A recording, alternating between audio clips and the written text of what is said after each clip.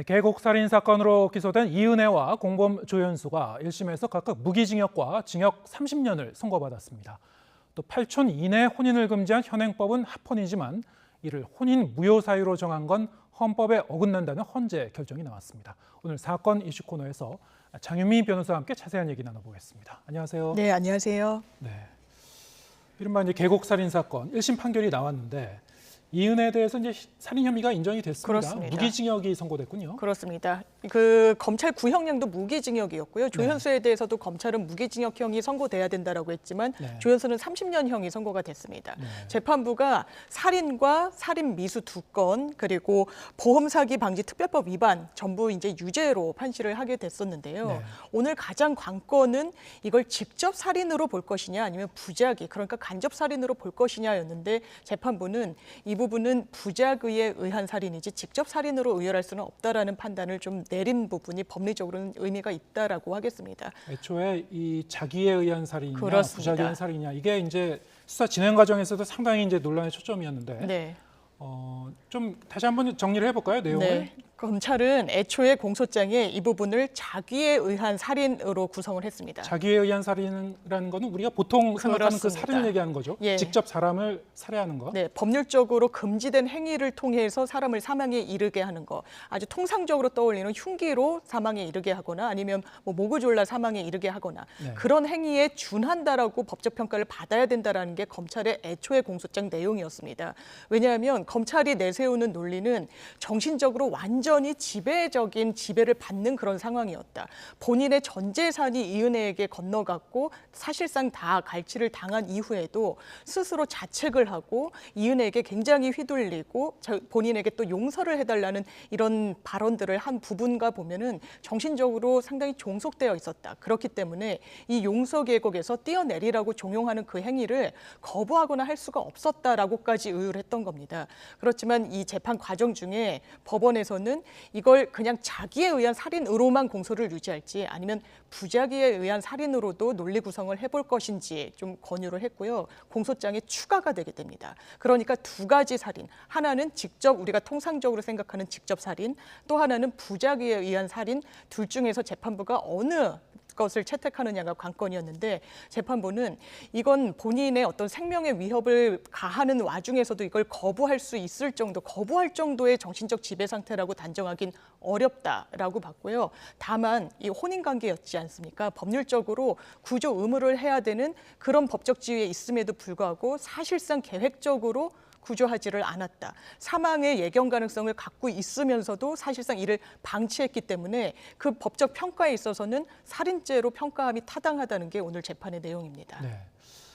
애초에 이제 가스라이팅이라는 그런 얘기도 나왔었고, 그래서 심리적으로 지배해서 사실상 이제 물에 뛰어들게 만들었던 것이다. 뭐 이런 이 논지도 있었습니다만 그 부분은 이제 법원이 인정하지 않은 거고요. 말씀하셨다시피 물에 들어갔지만 그걸 구할 수 있었는데 이제 구하지 않았다. 이 부분을 중요시한 거군요. 그렇습니다. 근데 이제 이런 그 부작위에 의한 살인 이런 경우는 사실 입증하기도 이렇게 쉽지가 않지만 게다가 이제 양형 같은 경우에도 일반적인 살인과 어떤 차이가 있지 않을까 이런 생각을 했습니다만 그래도 무기징역이 내려졌네요. 그렇습니다. 사실 살인죄라는 범위에 전부 포섭이 되기 때문에 법정형 자체는 사형 무기 5년 이상의 징역형으로 돼 있지만 이 부분이 자기냐 부작위냐에 따라서 실제로 법적 평가 비난 가능성은 상당히 달라질 수밖에 없습니다. 직접 살인을 의도해서 하는 행위랑 아니면 본인이 그냥 구조를 소극적으로 하지 않음으로 인해서 이 방치가 된 그런 상황을 동일하게 평가하기는 어렵거든요. 그런데 이번 사안은 굉장히 좀 특수합니다.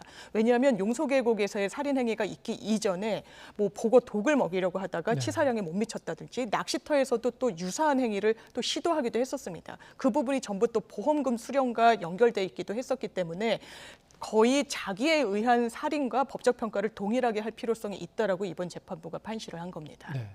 그리고 또 거기에 더해서 뭐 재판 과정에서 뭐 이 반성의 기미가 전혀 없었다든가 계속 부인하고 있었던 점 이런 부분도 좀 그 반영이 됐을까요? 그렇습니다. 사실 자수의 형식, 외형을 띠긴 했었죠. 처음에는 이 오피스텔을 에워쌌을 때 본인들이 순순히 수사에 응할 것처럼 했지만 그 이후는 진술 거부권을 행사한달지 그리고 재판 과정 중에서도 굉장히 본인들의 범행을 다 부인으로 일관했습니다. 이 부분과 관련해서도 재판부는 납득 납득할 수 없는 해명으로 일관했다라고 꾸짖었습니다. 예, 알겠습니다. 오늘 헌법재판소에서 또 상당히 주목받은 그 결정문이 하나 나왔죠. 8촌 이내에 근친혼을 금지한 민법 조항에 대한 이제 판단이 있었습니다. 이게 이제 기존에 이제 동성동본 금혼이 이 위헌이라는 게 판단도 있었기 때문에 이번에 이 사안에 대해서는 어떤 판단이 내려질까 관심을 모았었는데 일단은 이제 합헌 결정이 내려졌어요. 이게 어떻게 해석해야 되나요? 예, 일단 우리나라 민법 조항에 금지하고 있는 혼인의 유형이 있습니다. 그 중에 하나가 바로 근친혼이라고 해서 8촌 이내의 혈족 사이에서는 혼인하지 못한다라고 명시적으로 규정을 하고 있습니다. 네. 이 부분과 관련해서는 이번에 헌법재판소에서 합헌이다라는 이 결론을 내렸는데요. 네. 이 사안이 왜 불거졌냐면 두 부부가 있었습니다. 이 배우자를 상대로 이혼을 요구하니까 이혼을 하기 싫다라고 이야기를 합니다. 그러면 보통의 경우는 이혼 소송을 제기하는데 이 경우는 육촌 관계에 있었습니다. 그래서 상대 배우자가 혼인 무효 소송을 했고 현행 법령상 이렇게 8촌 이내의 혈족 관계에 있는 사람들이 혼인 관계를 맺게 되면은 혼인 무효 사유로 돼 있습니다. 이 무효 사유에 대해서는 무효로 규정한 부분은 이번에 헌법재판소에서 헌법 불합치다. 그러니까 헌법 정신에 어긋나는 위헌적인 법률이라고 한 겁니다. 왜냐하면 헌법 무효라는 건 처음부터 혼인의 실체조차 없었다라는 겁니다. 그렇기 때문에 어떠한 혼인과 관련해서 인정받을 수 있는 법적 보호 체계에서는 다 이 보호를 받지 못한다고 봐야 됩니다. 혼인 무효로 하면 재산 분할도 되는 게 아니라 부당이득이라고 해서 사인 간의 어떤 금전적인 그런 부분으로 해소해야 되는 부분도 있고요. 네. 여러 가지 뭐 연금 수령 등의 어떤 혜택을 전혀 못 받게 됩니다. 그렇다면 이게 과연 맞느냐라는 이런 판단에 있어서는 너무 이런 인격권을 침해하는 부분이 있기 때문에 위헌적인 요소가 있다라고 판단을 내린 겁니다. 네. 그러니까 이 8촌 이내의 혈족 사이에는 혼인하지 못한다. 네. 그 조항 자체는 합헌인데. 그렇습니다. 하지만 이미 결혼한 경우, 결혼한 경우에는 이제 혼인 무효해야 된다. 이런 게 또 다른 조항은 이거는 이제 헌법 불합치다. 그렇습니다. 언뜻 들어보면 이게 앞뒤가 좀 네. 모순되는 그런 내용 같은데. 아마 어떻게 이해해야 될까요? 중간에서 접점을 좀 찾은 부분도 있는 것 같습니다. 이 공방 과정 중에 이게 해외 입법례와 관련해서도 상당히 논란이 많았는데요. 보통 근친혼을 금지하는 가장 큰 이유는 유전적인 질환이 우려된다기 되기 때문 아니겠습니까? 네. 그 부분과 관련해서 사실 육촌이나 그 정도의 경계선을 토대로 기준으로 했을 때 사실상 일반 혼인과 전혀 유전적인 위험도가 더 크진 않다라는 증거 자료가 제출되기도 했고요. 다만 헌법재판소는 이렇게 판단을 한 것 같습니다. 뭔가 근친혼을 금지하기 위해서는 하나의 기준선은 있어야 될 텐데 8촌 이내의 혈족이란 부분이 굉장히 합리성을 결여한 기준이라고 보기는 어렵다. 네. 또 근친혼을 금지하고 있는 상황에서 가까운 혈족 사이에 혼인 관계를 맺게 되면 상당히 이 어떤 혼란이 초래될 수 있는 가능성도 있기 때문에 혼인 자체를 못하게 하는 그 규정은 합헌이다. 하지만 완전히 그 혼인 관계를 무효라고 보는 것은 과도하다. 이런 결론을 내린 것으로 보입니다. 이미 결혼해서 쭉 살고 있는 그런 그 부부에 대해서는 그런 부부까지 이제 그렇습니다. 혼인 관계를 무효화할 수는 없는 것이다. 그렇습니다. 이렇게 되면 근데 결론적으로 얘기하면 헌법 불합치 결정을 내린 부분이 있었기 때문에 아까 이제 합헌 결정 내린 그 민법 제 809조 1항 네. 8촌 이내의 혈족 사이는 혼인하지 못한다. 이 조항까지 어떻게 보면 좀 사문화되는 결과가 된 게 아닌가 그런 생각도 드는데 그런 어떻게 부분이 해석해야 있죠. 될까요? 사실 지금 말씀 주신 혼인하지 못한다. 8촌 이내의 혈족은 그 부분과 관련해서 사실상의 불이익은 이 혼인이 무효로 법적 평가를 받기 때문에 문제가 됐던 겁니다. 네. 그렇지만 혼인을 하지 못한다라는 규범은 갖고 있지만 실질적으로 그로 인해서 이런 혼인을 채택한 사람들의 불이익, 혼인이 무효로 평가받는 건 없어진 거거든요. 그렇다면 사실상 규범적인 내용, 그러니까 사실상 이런 8촌 이내의 혈족 관계에 있으면 혼인을 하지 말 것을 하나의 지침으로 내려주는 그런 기능만 사실상 남게 된 게 아닌가 생각됩니다. 하나 이제 지침으로서는 그렇습니다. 남는데 그럼에도 불구하고 결혼하는 이 부부에 대해서는 또 이 혼인 그 상태를 무효할 수는 없는 것이다 법이. 그렇습니다. 예, 알겠습니다. 그런가 하면 이제 어제 광명에서 상당히 이제 비극적인 안타까운 그 사건이 있었죠. 40대 남성이 아내와 두 아들을 이제 살해한 혐의로 체포가 됐습니다. 이게 이제 며칠 전부터 범행을 계획적으로 준비했다고 해요. 그렇습니다. 이 범행의 어떤 그 경위를 보면 상당히 치밀했다라고밖에 얘기를 할 수가 없습니다. 처음에 본인이 마치 그 살인 현장에 없었던 것처럼 보여지길 의도해서 1층으로 내려옵니다. 이건 다 CCTV에 잡히게 됩니다. 엘리베이터를 타고 내려왔고요. 그리고 이 출입구로 나오는 흔적까지도 영상에 잡혔습니다.